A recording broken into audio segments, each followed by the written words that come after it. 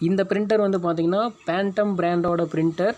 இந்த printer single function printer. Print மட்டும்தான் எடுக்க முடியும். ஜெராக்ஸு, ஸ்கேன் இந்த ரெண்டுமே பண்ண முடியாது. இந்த பிரிண்டரில் பிளாக் அண்ட் ஒயிட் மட்டும்தான் இருக்குது, கலர்ஸ் கிடையாது. இந்த பிரிண்டர் பவுடர் டைப் பிரிண்டர், அதாவது கேட்ரிட்ஜ் டைப் பிரிண்டர். இந்த பிரிண்டரில் ஒன் சைடு பிரிண்டிங் ஆப்ஷன் மட்டும்தான் இருக்குது. நீங்கள் டபுள் சைடு கொடுக்குற மாதிரி இருந்தால் ஒன் சைடு கொடுத்துட்டு அதுக்கப்புறம் திருப்பி வச்சு மறுபடியும் பிரிண்ட் கொடுக்குற மாதிரி இருக்கும். இந்த பிரிண்டரில் A4 size paper, legal size paper ரெண்டுமே சப்போர்ட் ஆகுது. A3 பயன்படுத்த முடியாது. இந்த பிரிண்டரில் கனெக்ஷன் அப்படின்னு வந்து பார்க்குறப்ப USB போர்ட் மட்டும்தான் இருக்குது. வைஃபை ஆப்ஷன் கிடையாது. பிரிண்டிங் குவாலிட்டி, ஸ்பீடு இந்த ரெண்டுமே வந்து பார்த்திங்கன்னா பக்காவாக இருக்குது. இந்த பிரிண்டர் யாரெல்லாம் யூஸ் பண்ணலாம்? காலேஜ் ஸ்டூடெண்ட், ஸ்கூல் ஸ்டூடெண்ட் வீட்டில் பிரிண்ட் எடுத்து படிக்கிறதுக்காக யூஸ் பண்ணிக்கலாம்.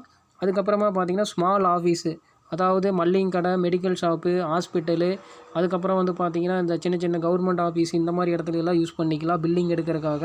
அதாவது ஒரு நாளைக்கு 100லேருந்து 200 பேஜஸ் தான் நான் பிரிண்ட் கொடுப்பேன் அப்படிங்கிற இடத்துல இந்த பிரிண்டர் யூஸ் பண்ணலாம்.